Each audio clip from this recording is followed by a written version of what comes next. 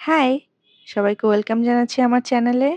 অনেকদিন পর একটা মেকআপ ভিডিও নিয়ে আসলাম। আজকে একটা গেট রেডি উইথ মি করব যেহেতু সামনে Eid.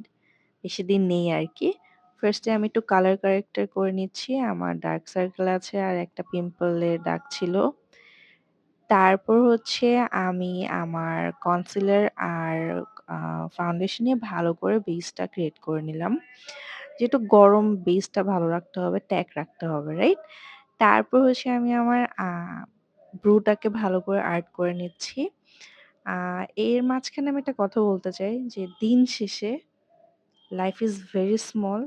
It's just you and your silly little life, right?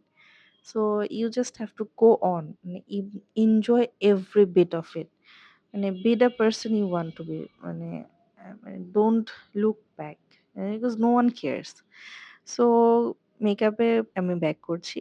আমি আই মেকআপটা করে নিয়েছি। ফার্স্ট এ ট্রানজিশন এর জন্য আমি হচ্ছে একটা আ পিঙ্কিশ টোনের একটা শেড নিয়ে ব্লেন্ড করে নিলাম। তারপর ব্রাউনটা একটা শেড নিয়ে আইলিডে ফুল ব্লেন্ড করে নিচে কাজলের মতো একটা ডার্ক ব্রাউন শেড নিয়ে নিলাম। তারপর কুইং লাইনার করলাম। খুবই সুন্দর। চোখটাকে ভালো এনহ্যান্স করে।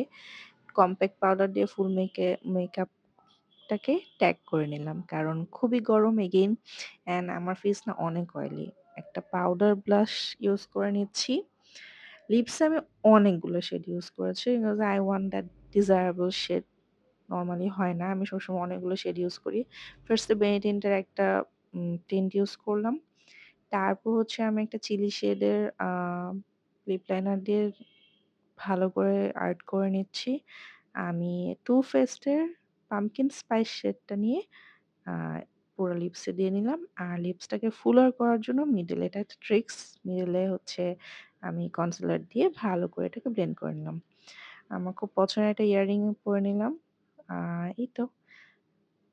This was the makeup look. জানাতে ভুলো না কেমন লাগলো। Do subscribe.